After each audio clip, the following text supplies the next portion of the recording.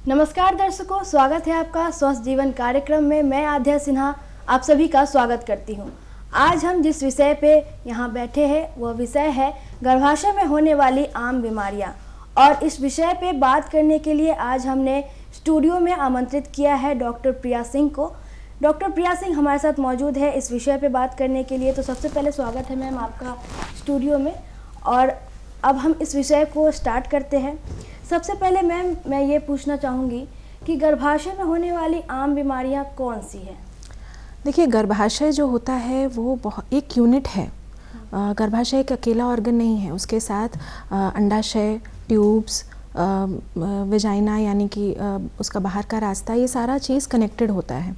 और गर्भाशय बहुत ही डायनामिक ऑर्गन है। डायनामिक से मतलब है कि उसमें माहवारी के दौरान जो पूरी साइकिल चलती है उस दौरान भी चेंजेस आते हैं, हर उम्र में उसमें चेंजेस आते हैं। तो वो देखा जाए तो बहुत डायनामिक ऑर्गन है, इसीलिए वो बहुत सी बीमारियों के लिए प्रोन भी होता है। प्रोन मतलब उसमें बीमारियां होने की संभावना थोड़ी ज़्यादा होती है। अब अगर हम उम्र के हिसाब से लेकर चलें तो जो लड़कियां जब छोटी होती हैं, छोटी छोटी लड़कियां मतलब 4, 5, 6 साल, जब वो जस्ट स्कूल जाना शुरू करती हैं तो कई बार ओपीडी में उनकी मदर्स लेकर के आती हैं कि इसको डिस्चार्ज आ रहा है या इचिंग की शिकायत हो रही है। तो ऐसे में बहुत ज़्यादा कॉम्प्लिकेटेड कुछ सोचने की ज़रूरत नहीं है। बस सिंपल कुछ यूरिन का टेस्ट, क्योंकि कई बार यूरिन में इन्फेक्शन हो जाता है जब वो स्कूल्स के कॉमन टॉयलेट यूज़ करती हैं, उसके कारण से भी उनको वेजाइनल इरिटेशन और ये सब स्टार्ट हो जाता है। और जब पानी कम पीती हैं छोटी बच्चियां या छोटी लड़कियां तो भी वेजाइनल डिस्चार्ज होना कॉमन है। अब जब वो प्यूबर्टी यानी कि कौमार्य अवस्था में आती है, लगभग 12 से 13 साल की उम्र में जब उसके पीरियड स्टार्ट होते हैं तो पहले 2 से 3 साल उनके कंप्लेंट्स होते हैं कि माहवारी नियमित रूप से नहीं आ रही है, या फिर बहुत गैपिंग के बाद आ रही है तो बहुत ज़्यादा ब्लीडिंग हो रही है, लंबे समय तक हो रही है। तो ये सब चीज़ें जो होती हैं एक्चुअली जब पीरियड स्टार्ट होता है, जिसको मेडिकल भाषा में मिनार्की बोला जाता है, ऐसे समय में जो पूरा साइकिल है वो पूरी तरह से मैच्योर नहीं हुआ रहता है। अभी दिमागी विकास चल ही रहा होता है, शुरुआत हुई होती है उसकी। तो ऐसे में पीरियड्स का अनियमित होना या बहुत ज़्यादा ब्लीडिंग होना हार्मोनल डिसबैलेंस की एक निशानी हो सकती है। तो इसके लिए उपाय इसका क्या है? अगर ब्लीडिंग बहुत ज़्यादा हो रही है तो उसको कंट्रोल करना बहुत अति आवश्यक है, क्योंकि ब्लीडिंग के दौरान उसके बॉडी से काफ़ी हद तक ब्लड जो है वो निकल जाता है और आयरन की कमी उसके बॉडी में हो जाएगी, तो उसकी जनरल हेल्थ पर बहुत असर पड़ेगा। तो बहुत सिंपल मेडिसिन्स होते हैं, कभी कभी हार्मोनल मेडिसिन्स भी हम यूज़ करते हैं जो बहुत लो डोज के होते हैं, जो उस एज की लड़कियों के लिए हम यूज़ कर सकते हैं। उसके माध्यम से हम उस ब्लीडिंग को भी कंट्रोल किया जा सकता है, रेगुलराइज किया जा सकता है, या फिर एक सिंपल रीअश्योरेंस कि जो ये समय है इस समय में अनियमितता होना कॉमन है, ऐसा रीअश्योरेंस देने से भी काफ़ी हद तक काम हमारा हो जाता है। अब ऐसी बच्चियों को स्कूल में या फिर कॉलेजेस में जब वो जाती हैं तो उनको एजुकेशनल प्रोग्राम्स के माध्यम से या अवेयरनेस प्रोग्राम्स के माध्यम से इंटीमेट हाइजीन के बारे में एजुकेशन देना बहुत ही अनिवार्य होता है, क्योंकि इस एज में अगर नॉलेज कम हो या हाइजीन वो ढंग से न रख पाएँ तो इन्फेक्शंस होने की संभावनाएं बढ़ जाती हैं, जो कि फिर डिस्चार्ज के रूप में वो उनको दिखाई देता है, जिसकी वजह से वो डर जाती हैं, कई बार खुलकर बात नहीं कर पाती हैं। तो इसी वजह से अवेयरनेस देना उनको बहुत ज़्यादा ज़रूरी है। चाहे वो स्कूल की लड़कियां हों, जो ग्रामीण क्षेत्र में जो स्कूल्स हैं, जो गवर्नमेंट स्कूल्स हैं, उसमें अगर रेगुलर बेसिस पे अवेयरनेस प्रोग्राम्स या एजुकेशन प्रोग्राम्स इस चीज़ पर लगाया जाए तो काफ़ी हद तक जो हमारी लड़कियाँ हैं वो इस चीज़ को लेकर जागरूक हो जाएंगी, और जो इन्फेक्शंस हैं जो सिर्फ हाइजीन ना मेंटेन करने के कारण होता है वो काफ़ी हद तक कम हो जाएगा।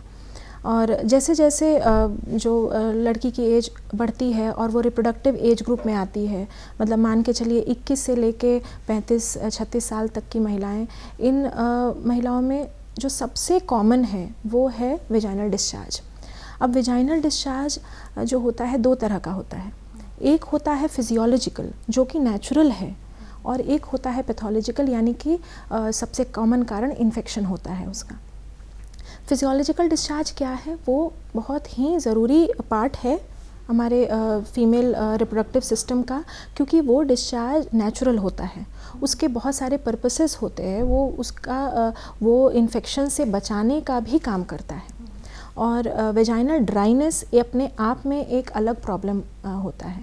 तो जो ग्लैंड्स होते हैं जो वेजाइना में होते हैं या फिर यूट्रस के आगे वाले भाग जिसको सर्विक्स कहते हैं वहाँ होते हैं, वो डिस्चार्ज जो होता है वो नेचुरली प्रोड्यूस करते हैं, जो कि उस महिला के रिप्रोडक्टिव हेल्थ के लिए बहुत इम्पॉर्टेंट है। अब इसको समझने के लिए, जैसे माहवारी के पहले या माहवारी के बाद ये जो फिजियोलॉजिकल डिस्चार्ज होता है अपनी मात्रा थोड़ी सी उसमें बढ़ाता है, और जब उसका माहवारी शुरू होने वाला होता है उस समय भी वो डिस्चार्ज जो होता है वो थोड़ी मात्रा में बढ़ता है। लेकिन उस डिस्चार्ज में किसी भी तरह का जलन या किसी भी तरह की खुजली या बदबू आना, ये सारी चीज़ें उसमें नहीं होती हैं। वो बिल्कुल प्लेन वाइट होता है, उतनी ही मात्रा में होता है कि उसके कपड़े ख़राब ना हो या उसको किसी तरह का डिस्कम्फर्ट ना हो। लेकिन अगर यही इन्फेक्शन का रूप ले ले, यानी कि उस महिला को डिस्चार्ज बहुत अत्यधिक मात्रा में होने लगे, या उसमें बदबू आने लगे, या उसमें उसको जलन का एहसास हो या खुजली का एहसास हो, या फिर कमर में दर्द होना, या निचले पेट के निचले भाग में उसको दर्द का एहसास होना, कमज़ोरी महसूस होना, चिड़चिड़ापन होना, तो ये सारे लक्षण होते हैं कि किसी तरह का इन्फेक्शन हुआ है। इसका उपाय यही है कि इसके सही समय से डॉक्टरी सलाह लेने से ये बहुत ही अर्ली फेज़ में पकड़ा जा सकता है और इसका निवारण किया जा सकता है। तो क्या खान पान से कोई रिलेटेड है इससे? खान पान से बिल्कुल, खान पान यदि अच्छा हो और बॉडी स्ट्रांग हो, यानी कि बॉडी की इम्यूनिटी खान पान पे निर्भर करती है, साफ़ सफाई पे निर्भर करती है। तो अगर खान पान अच्छा रहेगा, सारे न्यूट्रिएंट्स वो अच्छे मात्रा में ले रही हैं, कैल्शियम उनको अच्छे मात्रा में मिले, आयरन जितनी ज़रूरत है उस मात्रा में मिले, विटामिन्स मिले, तो उनका शरीर अपने आप में स्ट्रांग रहेगा, तो उनको इस तरह के इन्फेक्शंस होने की संभावना कम रहेगी। या फिर उनको जागरूक किया जाएगा कि माहवारी के दौरान उनको किस तरह का हाइजीन मेंटेन करना है, सैनिटरी नैपकिन्स का इस्तेमाल किस तरीके से करना है। अगर सैनिटरी नैपकिन्स नहीं अफोर्ड कर सकते हैं जो ग्रामीण महिलाएं हैं, तो वो बहुत ही सरल तरीके से घर पर भी अपना सैनिटरी नैपकिन बना सकती हैं, बशर्ते कि वो उसको उस तरह से स्टेराइल कर सकें जिसमें कि खौलता हुआ पानी उसमें इस्तेमाल कर सकती हैं, एंटीसेप्टिक सॉल्यूशंस उसमें इस्तेमाल कर सकती हैं, और धूप अपने आप में सारे बैक्टीरिया को मारने की ताकत रखता है। तो इन सारी तरीक़ों से घर में भी सैनिटरी नैपकिन्स का सिंपल तरीक़ों से बनाया जा सकता है। या फिर जो कम दामों में सरकारी संस्थानों में प्राइमरी हेल्थ सेंटर्स पे भी उपलब्ध होते हैं, वो सैनिटरी नैपकिन्स भी ग्रामीण महिलाएं यूज़ कर सकती हैं, जो बहुत ही या तो मुफ्त या फिर बहुत ही निम्न शुल्क पर उपलब्ध रहता है। तो अगर वो माहवारी के दौरान हाइजीन अच्छे से मेंटेन करेंगी तो इन्फेक्शन होने की संभावना कम ज़रूर हो जाएगी। आपने अभी बताया कि घर पे भी बनाया जा सकता है पैड, तो उसको किस तरीके से बनाया जा सकता है? घर पे बनाने के लिए कोई बहुत ज़्यादा ये नहीं है टेक्निक, इसमें हम नहीं कर सकते हैं। क्योंकि अक्सर देखते हैं ग्रामीण महिला वो पैड खरीदने के बजाय वो कपड़े का इस्तेमाल करती हैं। जी बिल्कुल। तो किस तरीके का कपड़े का इस्तेमाल करना चाहिए और किस तरीके का कपड़े का इस्तेमाल बिल्कुल भी नहीं करना चाहिए? देखिए, कपड़ा अगर इस्तेमाल करने को मजबूर हैं या फिर कपड़ा ही इस्तेमाल करना चाहती हैं ग्रामीण महिलाएं, तो उनके लिए जो सूती कपड़ा होता है, जो कॉटन कपड़ा होता है, प्योर कॉटन कपड़ा होता है, सूती का कपड़ा, उसको बिल्कुल स्टेराइल करने के लिए क्या क्या यूज़ कर सकती हैं? खौलता हुआ पानी यूज़ कर सकती हैं, एंटीसेप्टिक सॉल्यूशन यूज़ कर सकती हैं, और उसको अच्छे से धूप में ड्राई करके उसको तह की तरह फोल्ड करके उसको जो पट्टियाँ होती हैं उसके माध्यम से उसको पैड का आकार दे करके यूज़ कर सकती हैं। लेकिन यूज़ करने के बाद या तो वो उसको डिस्कार्ड कर देना चाहिए, उसको रिपीटेड यूज़ नहीं करना चाहिए। रिपीटेड यूज़ करना ही अपने आप में एक बहुत मेजर कारण है इन्फेक्शन होने का। दूसरा, यहाँ पर मैं इन्फेक्शन का एक और कारण ग्रामीण क्षेत्रों में ये कहूँगी कि डिलीवरीज़, कई होम डिलीवरीज़ होती हैं, घर ही पर बच्चे का जन्म हो जाता है, और वहाँ पर अगर कोई ट्रेंड पर्सन जो मेडिकली ट्रेंड हो नहीं उपलब्ध है, तो अगर सही ढंग से डिलीवरी ना कराई गई या उस समय एसेप्सिस यानी कि इन्फेक्शन ना होने के सारे जो प्रिकॉशंस है उसका ध्यान नहीं रखा गया, तो भी इन्फेक्शन होने की संभावना होती है। और वेजाइनल इन्फेक्शन या वेजाइनल डिस्चार्ज एक ऐसा प्रॉब्लम है जो हर महिला अपने पूरे लाइफ टाइम में एक न एक बार ज़रूर उसको फेस करती है। इसलिए इससे बहुत ज़्यादा घबराने की बात नहीं है। इसमें सबसे इम्पॉर्टेंट है कि सही समय से सही सलाह ले लेना। अगर महिलाएं डर से या शर्म से अगर इस बारे में डिस्कस नहीं करेंगी तो ये चीज़ पनपती रहेगी, समय ज़्यादा चला जाएगा। और जैसा कि मैंने आपको बताया, गर्भाशय सिर्फ एक सिंगल चीज़ नहीं है, वो एक यूनिट है। गर्भाशय का निचला हिस्सा को सर्विक्स कहा जाता है और उसके बाहरी हिस्से को वेजाइना कहा जाता है। और गर्भाशय के थ्रू 2 ट्यूब्स निकलते हैं जो फिर अंडाशय की तरफ जाते हैं। और वो जो ट्यूब्स होते हैं उसका ओपनिंग जो जनरल हमारा अंदर पेट के अंदर जो जगह है, पेरिटोनियल कैविटी उसको कहते हैं, उसके अंदर भी उसका ओपनिंग होता है। तो अगर इन्फेक्शन पहले निचले ही भाग में ज़्यादातर पकड़ता है, अगर उस चीज़ को कंट्रोल नहीं करेंगे, उसके लिए सही समय से वो सलाह नहीं लेंगी, डॉक्टर के पास नहीं जाएंगी, तो इन्फेक्शन धीरे धीरे ऊपर की तरफ बढ़ता जाता है और ये विकराल रूप भी ले सकता है बहुत कम केसेस में। लेकिन जो नेग्लेक्टेड हो जाता है, जिसको कि ध्यान नहीं दिया गया, वो सारे केसेस में ये बड़ा रूप भी ले सकता है। यहाँ पर एक और बात हम कहना चाहेंगे कि जो हमारा बेल्ट है, यहाँ पर ट्यूबरकुलोसिस, जेनाइटल ट्यूबरकुलोसिस भी काफ़ी कॉमन है। जेनाइटल ट्यूबरकुलोसिस जब शरीर में कमज़ोरी हो जाती है, जब महिला अगर खान पान, जैसा आपने पूछा मुझसे कि अगर उसका खान पान संतुलित आहार नहीं रहेगा या उसको लंबे समय तक वो बीमार रहेगी या उसके लंबे समय तक उसके शरीर में खून की कमी रहेगी और उसमें जो फाइटिंग टेंडेंसी, इम्यूनिटी जो होती है बॉडी की, वो कमज़ोर हो जाएगी, तो ट्यूबरकुलोसिस होने की उसमें संभावना बढ़ जाती है, जो कि हमारे इस प्रदेश में दुखदपूर्वक अभी भी देखी जा सकती हैं ये प्रॉब्लम्स। तो ट्यूबरकुलोसिस में भी इन्फेक्शन ही सबसे बड़ा ये होता है, रूप होता है जो दिखाता है।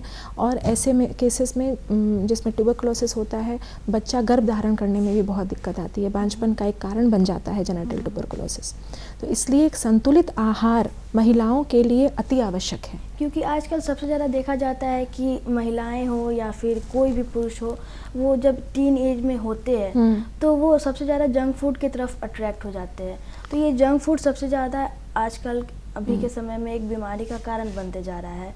तो ये कैसे इस पर रोक लगाया जा सकता है, इसको कैसे? देखिए, रोकथाम करने से अच्छा है जागरूकता पैसाना।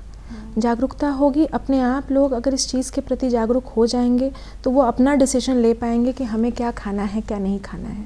क्योंकि जो चीज़ उपलब्ध है, ऑफ कोर्स उस समय में टीनेज में इतनी बच्चे ही होते हैं, वो तो उनको तो वही जो टेस्ट अच्छा लगेगा वो खाएंगे।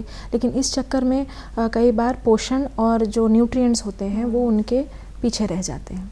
और बाहर का खाना या फिर जंक फूड अपने आप में इन्फेक्शन का सोर्स भी बन सकता है।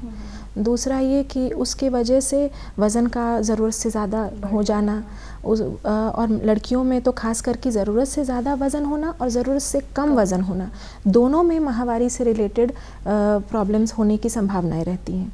तो इस वजह से अगर और खेल कूद या एक्सरसाइज में कमी होती है तो भी वज़न पर असर पड़ सकता है और माहवारी की अनियमितता इन सब चीज़ों से भी हो जाती है।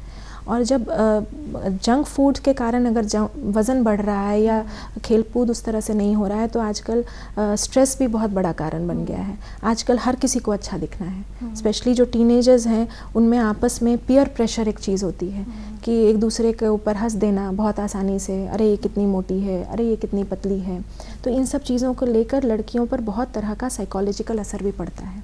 तो साइकोलॉजिकल असर के कारण कभी कभी स्ट्रेस का डेवलपमेंट हो जाता है, और स्ट्रेस अपने आप में इस माहवारी में अनियमितता होना या दूसरी प्रॉब्लम्स होना साइकोलॉजिकल, ये सब चीज़ों को वो पैदा कर सकता है, बिल्कुल कर सकता है। तो इससे रिलेटेड आपने बात किया अभी बांझपन का, तो क्या इससे रिलेटेड कोई बांझपन, जैसे अनियमित खाना खाने से, अनियमित आहार लेने से क्या बांझपन का शिकार हो सकता है, या फिर ये एक अलग मैटर है?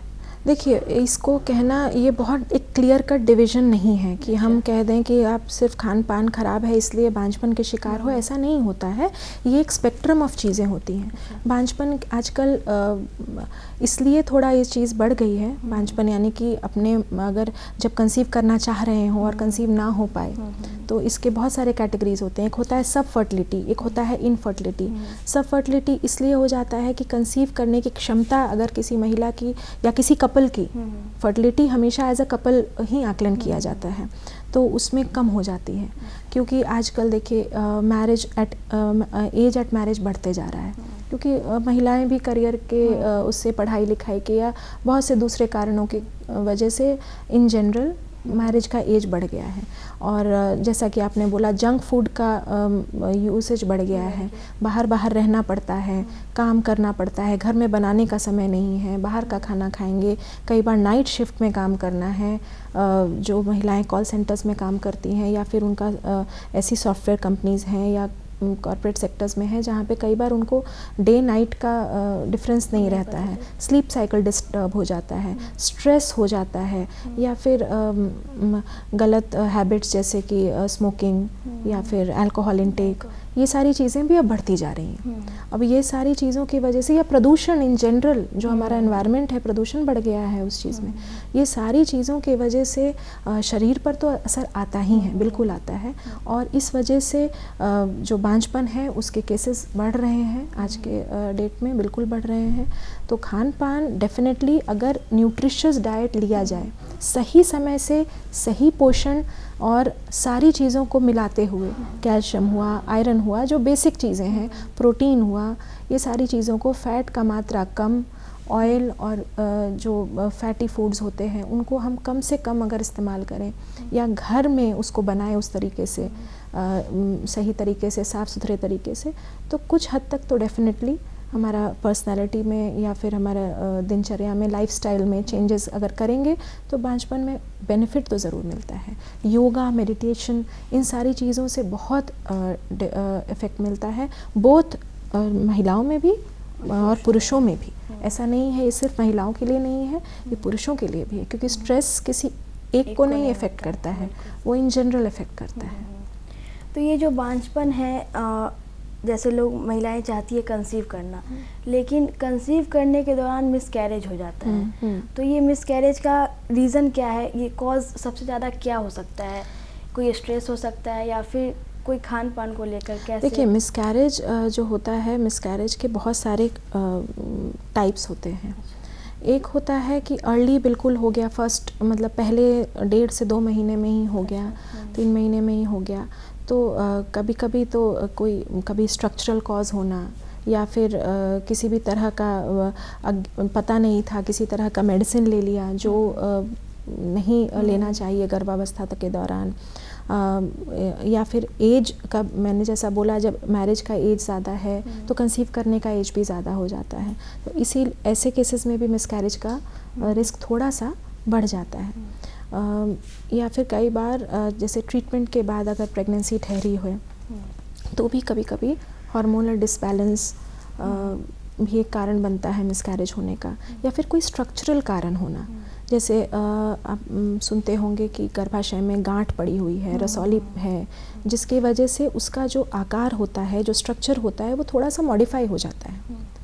तो उसके, और इवन मिलीमीटर या सेंटीमीटर्स में अगर उसका अंदर का आकार थोड़ा भी डिस्टर्ब हो तो ऐसी महिलाओं में मिसकैरेज होने की संभावना बढ़ जाती है।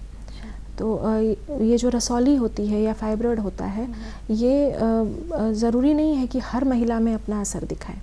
रसौलियाँ, गांठ अगर छोटे साइज़ की हैं या फिर वो जो गर्भाशय का अंदर का भाग है जहाँ पर प्रेगनेंसी लगती है, अगर वहाँ पर नहीं है तो वो कोई नुकसान नहीं करता है। अच्छा, ये कब पता चल पाता है कि अंदर गांठ बन रहा है? इसका कोई लक्षण होता है या फिर?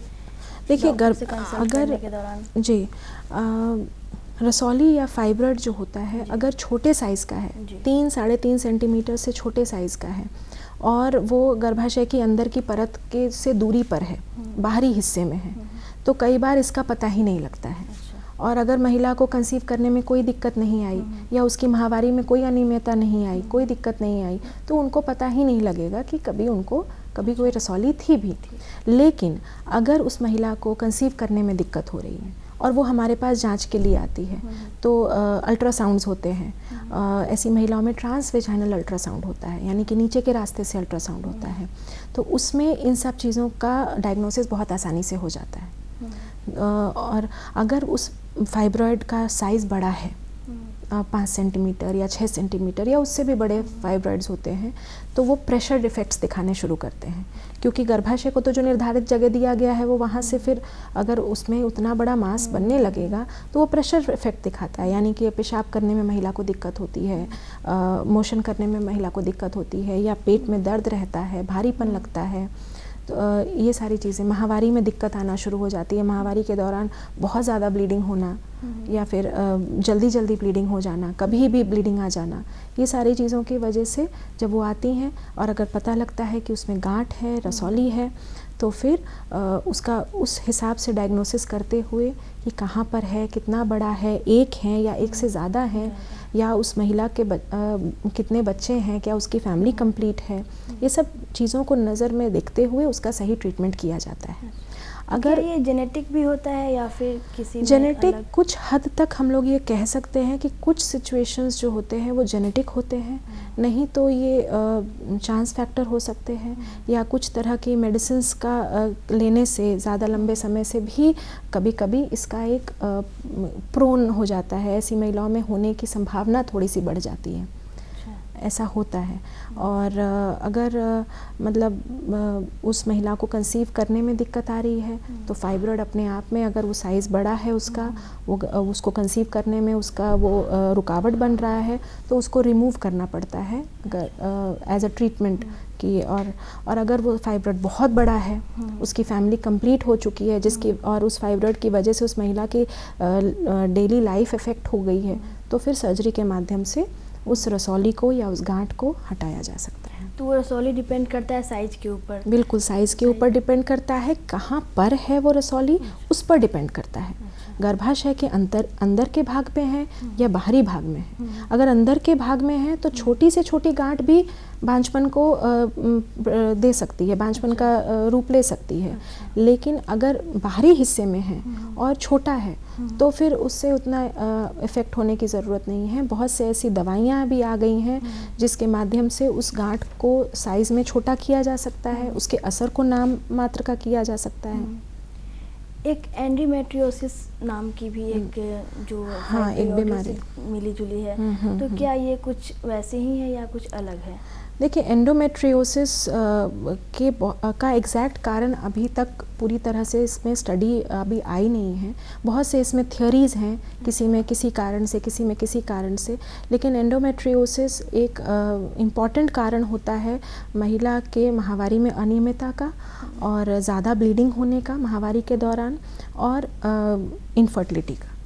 एंडोमेट्रियोसिस में अगर हम थोड़ा सिंपल तरीके से इसको हम समझाने का प्रयास करें तो जो माहवारी के समय जो चीज़ें बाहर आनी चाहिए वो अपने सही दिशा को छोड़ करके और दूसरी या उल्टी दिशा में जाने लगती हैं और अलग अलग जगह पे डिपॉजिट होने लगती हैं, जिसके कारण से ऐसी महिलाओं में सबसे ज़्यादा जो स्ट्रॉन्ग सिम्टम होता है वो होता है माहवारी के दौरान एक्सेसिव पेन होना, जिसको डिस्मेनोरिया मेडिकल भाषा में बोला जाता है। ऐसी महिलाओं को महीना के समय चाहे 4 दिन तक हो चाहे 5 दिन तक हो, बहुत ज़्यादा पेन का एहसास रहता है, जिसके लिए कई बार उनको इंजेक्शन या मेडिसिन लेने की ज़रूरत पड़ जाती है। और ऐसी महिलाओं में एक इसका पार्टनर होता है जिसको एडिनोमायोसिस बोलते हैं, जो कि गर्भाशय में एक सूजन का रूप ले लेता है और उसमें उस स्थिति के वजह से कई बार वो कंसीव नहीं कर पाती हैं। तो ऐसे केसेस में इनफर्टिलिटी भी का भी देखा गया है कि ऐसा है। सबसे ज़्यादा जो महिलाओं में एक भ्रम फैला हुआ है, खासकर इलिटरेट जो है, जो विलेज की महिलाएं हैं, एक कैंसर को लेकर, यूटेरस कैंसर, इसके ऊपर मैं चाहती हूँ कि आप हमारे दर्शकों को बताएं और इस पे प्रकाश डालें कि ये है क्या और इससे बचाव कैसे किया जा सकता है। देखिए, कैंसर डिटेक्ट होना, कैंसर क्या होता है? कैंसर एक एक दिन में तो डेवलप होता नहीं है। उसका अर्ली डायग्नोसिस या उसको जल्दी से जल्दी उसका डायग्नोसिस होना ही उसका सबसे इम्पॉर्टेंट उपाय है। और ग्रामीण क्षेत्रों में महिलाओं में एक धारणा बनी हुई है या एक डर बना हुआ है, अगर वो महिला के गर्भाशय से थोड़ा सा भी डिस्चार्ज या इन्फेक्शन हो जाता है उनको, तो उनको एक डर बैठ जाता है कि कहीं मेरी बच्चादानी पूरी परमानेंटली ख़राब हो गई है या फिर इसमें कैंसर का रूप ले लेगा, या वो बहुत डर जाती हैं इस बात को लेके। और कई बार गलत मतलब बिना किसी सटीक कारण के भी उनका गर्भाशय निकल जाता है। ये चीज़ मैं ज़रूर यहाँ कहना चाहूँगी कि जो हमारे ग्रामीण क्षेत्र की महिलाएं हैं या इवन शहरों में जिनको पूरी तरह से इस चीज़ की सही जानकारी नहीं है, वेजाइनल डिस्चार्ज या वेजाइनल इन्फेक्शन या किसी भी तरह का इन्फेक्शन गर्भाशय तक का भी अपने आप में एक इंडिकेशन नहीं है गर्भाशय को निकालने का, या उसका वो निवारण नहीं है। उसका निवारण है सही समय से जाना, और अगर इन्फेक्शन है तो उसकी दवा कराना, और सही दवा अगर सही समय से चलेगी तो वो इन्फेक्शन ठीक हो सकती है। जैसे नाक कान गले का इन्फेक्शन होता है वैसे ही वेजाइना का इन्फेक्शन होता है। तो सही समय से अगर वो सलाह ले लेंगी, मेडिकल सलाह ले लेंगी, तो शायद उनको इस तरह का कुछ भी नहीं कराना पड़ेगा। और कैंसर की जहाँ तक बात आ रही है, तो कैंसर का सबसे इम्पॉर्टेंट उपाय है टाइमली स्क्रीनिंग। स्क्रीनिंग क्या होता है? उसका बहुत ही सिंपल जांच से हम सर्वाइकल कैंसर, यानी कि गर्भाशय के बाहरी पार्ट को सर्विक्स कहते हैं, उस सर्वाइकल कैंसर ही सबसे कॉमन कैंसर है। तो इस कैंसर का स्क्रीनिंग बहुत आसानी से किया जा सकता है। हर 3 साल पे 21 साल के बाद जो वर्ल्ड हेल्थ ऑर्गेनाइजेशन है हमारी, या फिर जो हमारी गायनेकोलॉजिकल सोसाइटीज़ हैं, ये रिकमेंड करती हैं कि 21 साल के बाद से हर 3 साल पे महिलाओं को सर्वाइकल स्क्रीनिंग करानी चाहिए, जिसके लिए एक पैप टेस्ट या फिर लिक्विड बेस्ड साइटोलॉजी जैसे टेस्ट उपलब्ध हैं। और लगातार 45 साल तक वो हर 3 साल पे यदि ये टेस्ट कराएंगी तो काफ़ी हद तक ये जो है ये जल्दी डिटेक्शन हो जाएगा, और जल्दी डिटेक्शन होगा तो ट्रीटमेंट डेफिनेटली बहुत ही आसानी से संभव हो पाएगा। मैं अंत में चाहूँगी कि आप हमारे दर्शकों को एक संदेश दे दें जिससे गर्भाशय में होने वाली आम बीमारियों से वो बच सके। देखिए, संदेश यही है कि क्योंकि गर्भाशय एक बहुत डायनेमिक ऑर्गन है, तो उसको हर उम्र के पड़ाव पे हर तरह से उसमें चेंजेस आते हैं। उन चेंजेस को समझते हुए, उसका आकलन करते हुए और उसी तरह से उसकी ट्रीटमेंट होनी चाहिए। अगर जो चीज़ सिंपल दवाइयों से ट्रीट हो सकती है, उसके लिए सर्जरी की आवश्यकता नहीं होती है। और ऐसे में टाइमली स्क्रीनिंग, जिससे कि हम कैंसर का डिटेक्शन कर सकते हैं, और डाइट में कैल्शियम का अमाउंट अच्छे से लेना चाहिए, आयरन का अमाउंट अच्छे से लेना चाहिए, बैलेंस डाइट लेना चाहिए, और जंक फूड की मात्रा कम से कम रहे। एक्सरसाइज, योगा, मेडिटेशन का अपना इसमें बहुत योगदान होता है। तो दर्शकों, आप देख रहे हैं हमारे साथ मौजूद है डॉक्टर प्रिया सिंह, जिन्होंने बताया कि गर्भाशय में होने वाली आम बीमारियों कि क्या लक्षण होते हैं, क्या कारण होते हैं और उनसे बचा कैसे जा सकता है। उम्मीद है आप सभी इस विषय पे अच्छे से जानकारी प्राप्त किए होंगे और आगे भी इन सभी जानकारियों से लाभ प्राप्त करेंगे।